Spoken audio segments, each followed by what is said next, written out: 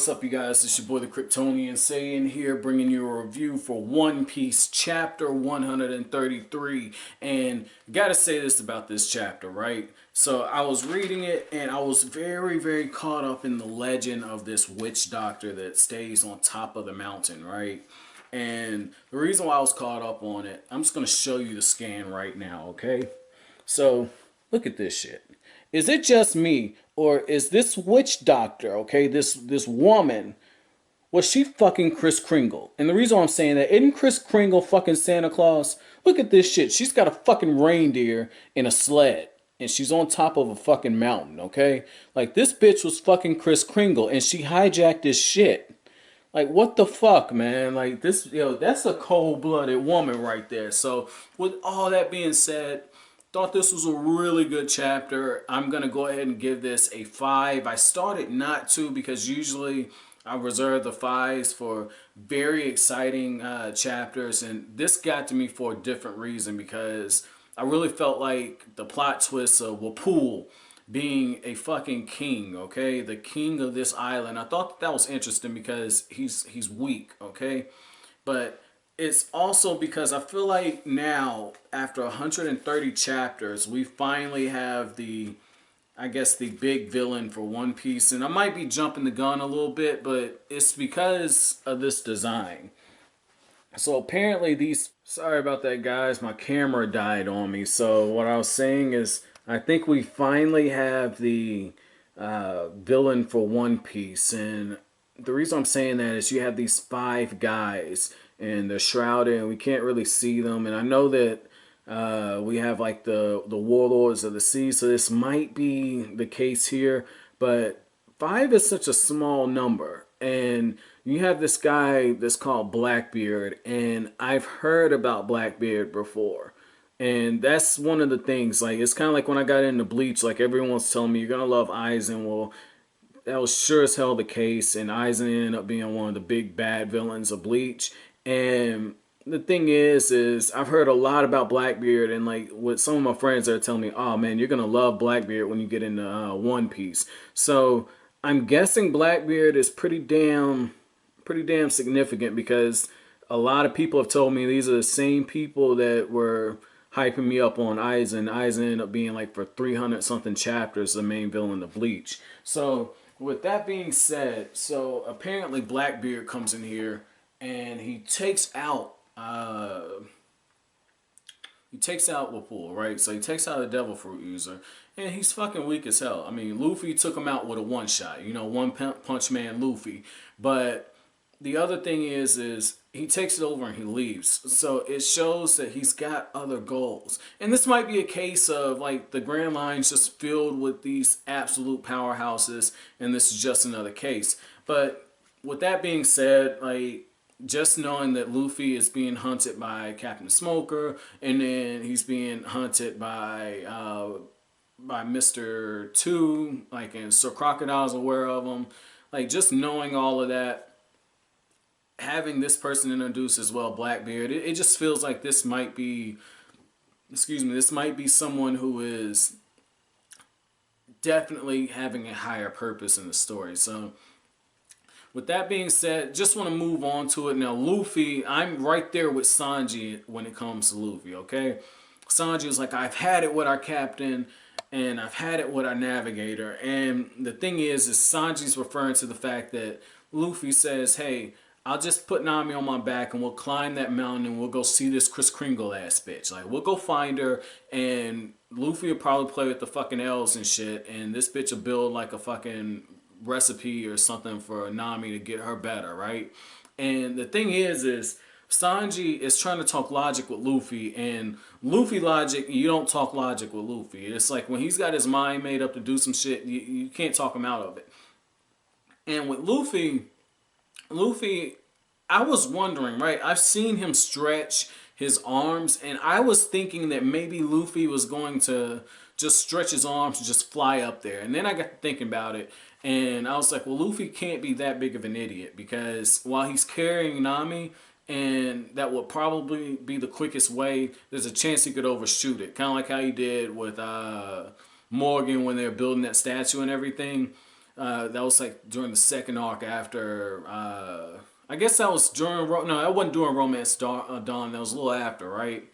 And the thing that got me on that was Luffy overshot the statue, and if he had Nami, he could put her in danger. And Nami did say like, "Hey, I'm counting on you," and that's huge because for a character like that to once again tell Luffy, like, "I need you," that's huge for me because Nami has a lot of pride. That's a big part of the reason why I love her character. I can relate to that. I don't like asking for help, and yet this is the second time. And just like with me, like it took me breaking my leg and not being able to move, and even then I was still trying to drive my fucking car, which was fucking crazy. I drive a stick shift, so I ended up fucking my leg up worse than that after the fact, but because I broke my clutch leg.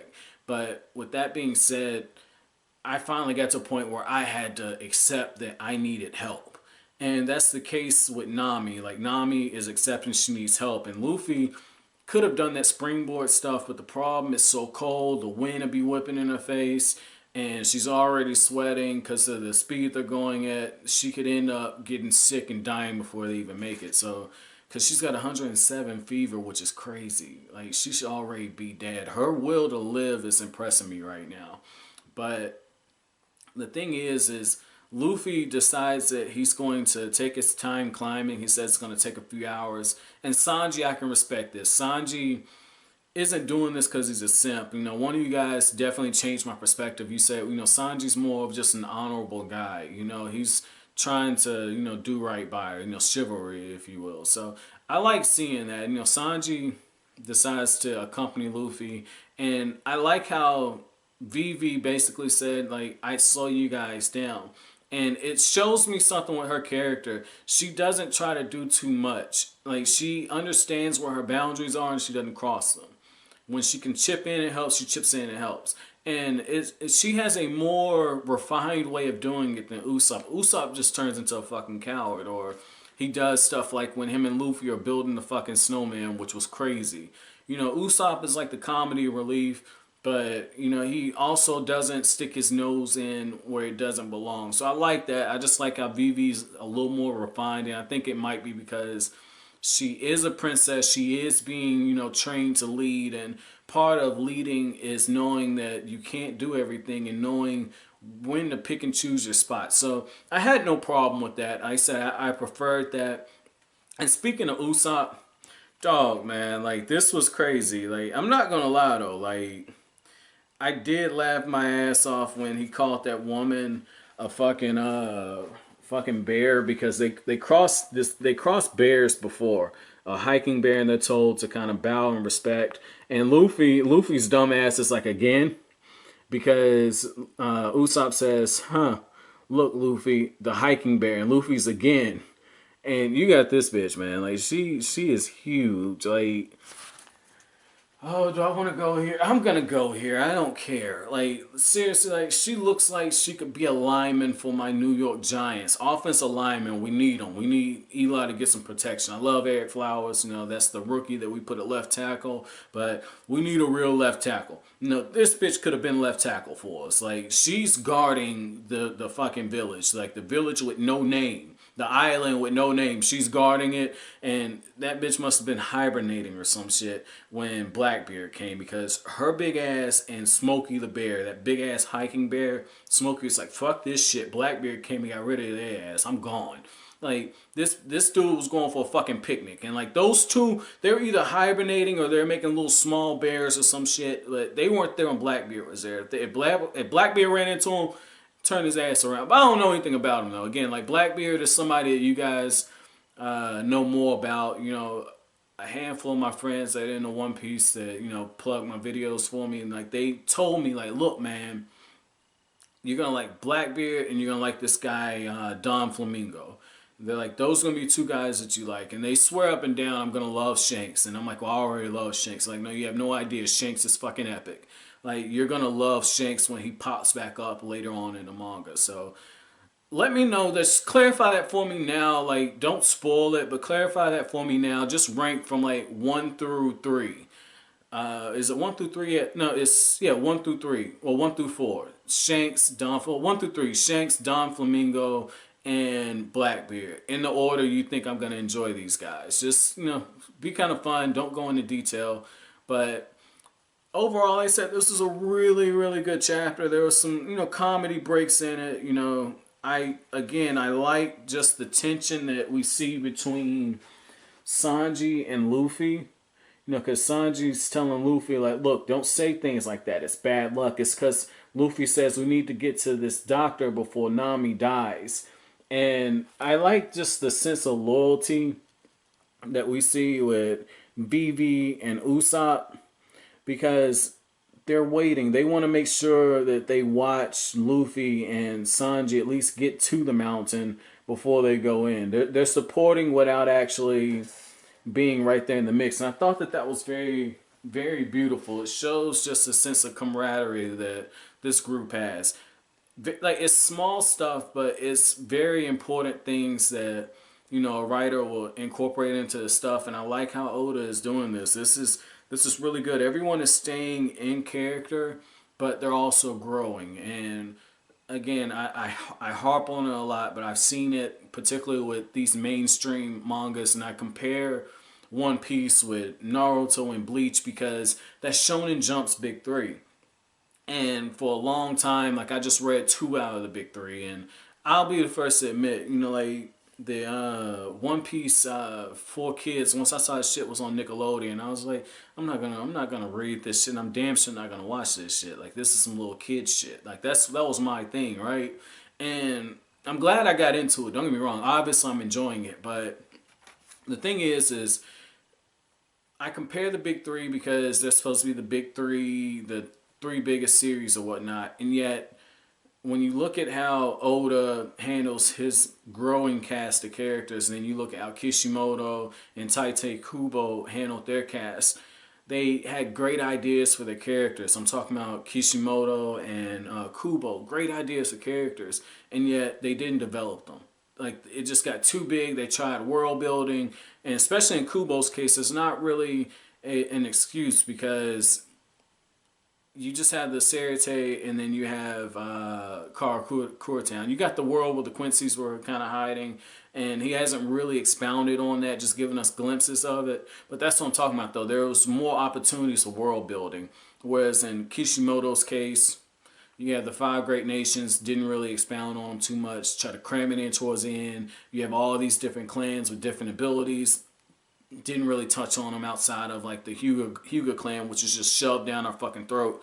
And man, that's a video I've got to publish. I've already uploaded it. It's a rant on the Hyuga clan. But the other thing is with the Bleach characters, you have the Gotai 13, and they've all got like the different Bankais and Shikais and personalities, and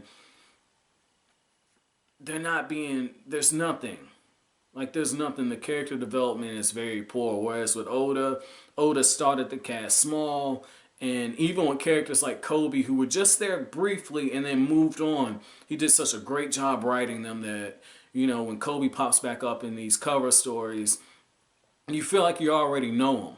And so you're able to follow the journey. With a guy like Django, who was in for about 15 chapters. He had such an impact that as his stuff is, progressing through these cover stories, the character and you're more invested in them. And then with the main cast, which is continuing to grow, and even with these secondary characters, Oda does such a good job of just building on them and progressing the story without actually making it stall out. Like I said, it says something when I only have 1 chapter out of 133 that I strongly dislike, which was the Gaimon chapter. But like I said, that's it. I'm not gonna wank Oda.